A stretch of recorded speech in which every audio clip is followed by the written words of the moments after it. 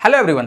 तो आज हम लोग करने वाले हैं डायरेक्टली प्रश्न वाली 1.2, उसमें से प्रश्न संख्या 2 को हम लोग करने वाले हैं। प्रश्न क्या बोलता है, सीधे डायरेक्टली हिट करते हैं।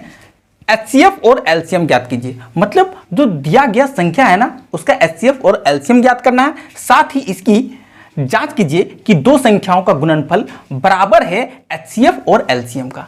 ये क्वेश्चन बोल रहा है, बहुत ही सिंपल है, कहीं कोई कंफ्यूजन नहीं है। 1 बाय 1 धीरे धीरे कछुए की तरह स्टेप बाय स्टेप सॉल्व करेंगे, ज़्यादा समझ में आएगा। ठीक है ना, क्योंकि क्लास 10th है, एग्जाम में मार्क्स तो लाना है। चलिए सीधा हम सॉल्यूशन का बात करेंगे।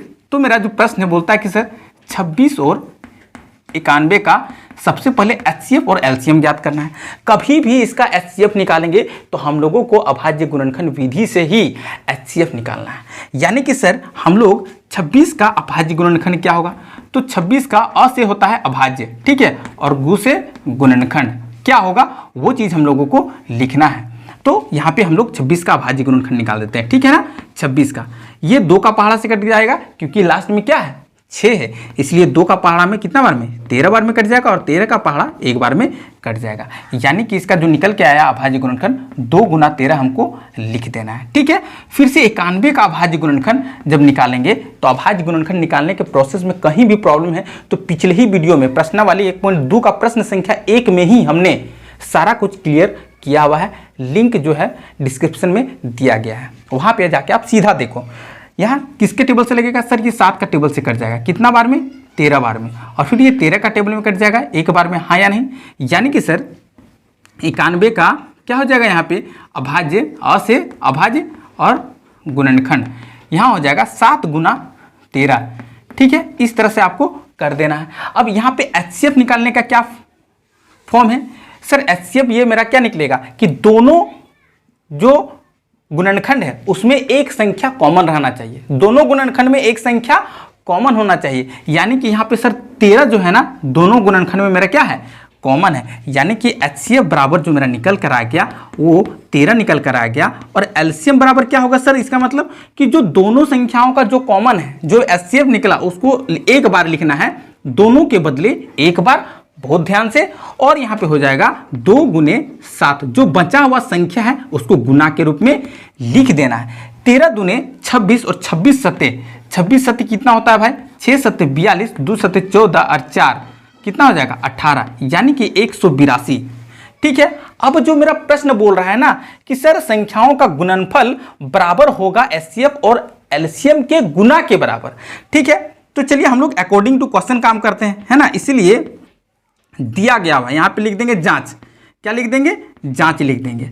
अब जांच लिखने के बाद हम क्या करेंगे, यहाँ पे लिख देंगे कि दो संख्याओं का गुणनफल, यानी कि 2 मेरा संख्या है का गुणनफल होगा, है ना, एचसीएफ इंटू एलसीएम।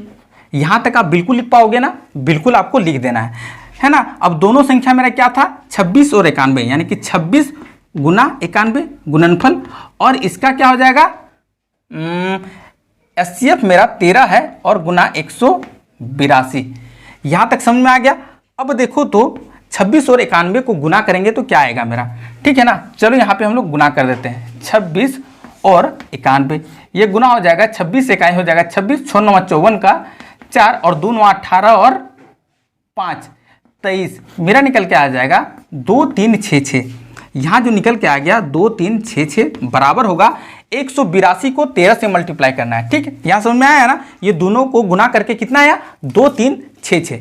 अब 182 को हमको 13 से गुना करना है, यानी कि 182 को 13 से 2 3 6 8 3 24 और 1 3 2 5 2 8 1, ठीक है, 6 6 6 2। देखो यहाँ भी मल्टीप्लाई किए तो 2 3 6 6, और ये मेरा क्या हो गया, बिल्कुल ये मेरा प्रूव्ड हो गया है सर, ये मेरा प्रूव हो गया। Is that clear. तो इसी तरह आपको एग्जाम में स्टेप बाय स्टेप बिल्कुल जाना है। चलिए हम लोग सीधा दूसरे क्वेश्चन में हिट करते हैं। अभी तक वीडियो को लाइक नहीं किए ना तो लाइक्स कर दें, और जो नए बच्चे हैं वो तो सब्सक्राइब कर लें, क्योंकि 0 से हीरो बनना है तब। यदि दूसरे प्रश्न का बात करें, यहाँ पे मेरा है 510 और 92, ठीक है। यहाँ पे 510 और यहाँ पे मेरा 92 है, ठीक है ना। अब यहाँ पे क्या करना है, सबसे पहले सीधा लिख देना है 510 का अभाज्य गुणनखंड। ठीक है, आपको एग्जाम में शॉर्ट फॉर्म में नहीं लिखना है, हम तो यहाँ क्योंकि मेरे पास स्पेस नहीं है इसलिए शॉर्ट फॉर्म में लिख दे रहे हैं। ठीक है ना, अभाज्य गुणनखंड। चलिए 510 का क्या निकल रहा है, अभाज्य गुणनखंड निकालते हैं। सीधे ये सर लास्ट में 0 हो, इसका मतलब ये 2 से पूरा पूरा कट जाएगा। 2 से 2 दूना 4, हाथ में 1, 2 पचे 10 और 2 पचे 10। फिर यहाँ पे 2 से नहीं कटेगा, अब 3 से कटने का नियम है, संख्याओं को जोड़ना है। 5 5 10 2 12 और ये 3 से पूरा पूरा कट जाएगा क्योंकि 12 जो है वो 3 का टेबल में आता है। 3 8 24, हाथ में 1 और 3 पचे हो जाएगा 15। अब ये 5 का टेबल में कटेगा कितना बार में, 17 बार में, और ये 17 का पहाड़ा में 1 बार में कटेगा। इस तरह से आपको एक अभाज्य गुणनखंड निकाल लेना है। ठीक है ना, अब यहाँ पे हमको लिख देना है, क्या लिख देना है, 2 गुने 3 गुने, ठीक है, यहाँ पे हो जाएगा 5 गुना और यहाँ पे 17। क्लियर है। अब हमको क्या करना है, सीधा सीधा 92 का अभाज्य गुणनखंड निकाल देना है। ठीक है, तो चलो 92 का निकाल लेते हैं। लास्ट में 2 है, ये 2 से पूरा पूरा कटेगा, 2 चौक 8 और 2 छक 12। फिर 2 का टेबल में लगेगा 23 बार में और फिर 23 का टेबल में कितना बार में लगेगा, 1 बार में। इस तरह से हम लोग अभाज्य गुणनखंड निकल कर आ गया है। अब यहाँ पे हमको लिख देना है। ठीक है ना, 92 का अ से अभाज्य और गो से गुणनखंड, 2 गुना 23, 2 गुना 23 मेरा निकल कर आ गया है। तो ये मेरा क्या हो गया, दोनों गुणनफल में क्या है, 2 मेरा कॉमन है, यानी कि एचसीएफ मेरा 2 निकल कर आ जाएगा और कोई दूसरा संख्या कॉमन नहीं है। देख लो, कोई दूसरा संख्या कॉमन नहीं है, यानी कि मेरा एचसीएफ जो निकल कर आएगा वो 2 और एलसीएम मेरा क्या निकल के आएगा, एलसीएम इज इक्वल टू हो जाएगा 2 गुना 3। जो बाकी का संख्या है ना, सीधे आप गुना के रूप में लिख दो विदाउट एनी हेजिटेशन, 2 गुना 23। ठीक है, अब इसको हम लोगों को कर देना है मल्टीप्लाई, यानी कि गुना। अब जैसे ही इसको हम लोग गुना करेंगे ना, तो ये मेरा एक उत्तर आएगा, मैंने लिख रखा है 2 3 4 6 0, ये मेरा मल्टीप्लाई करके आएगा। क्लियर है यहाँ तक। अब कुछ नहीं करना है, लिख देना है सीधे जांच। क्या लिख देना है, यहाँ पे लिख देना है जांच, और जांच में ये वाला चीज लिख देना है, दोनों संख्याओं का गुणनफल बराबर होगा एचसीएफ गुना एलसीएम का।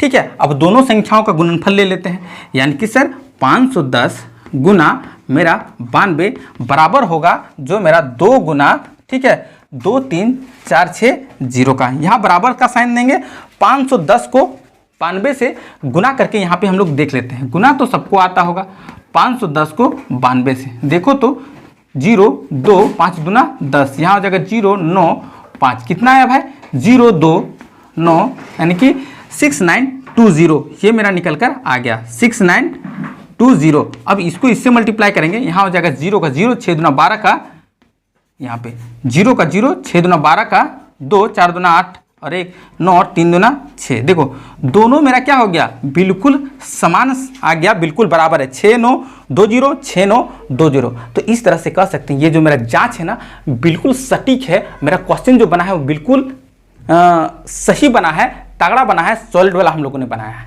ठीक है, अगर यदि थर्ड क्वेश्चन का बात करें तो ये समझ लो मेरे तरफ से आपके लिए एक होमवर्क है, जो आप लोग कमेंट में इसका आंसर दे दीजिएगा कि किस किस स्टूडेंट्स का सही बना या नहीं बना। ठीक है ना, फिर मिलते हैं नेक्स्ट वीडियो में, हम लोग अब प्रश्न संख्या 3 को करेंगे। तब तक के लिए बाय बाय।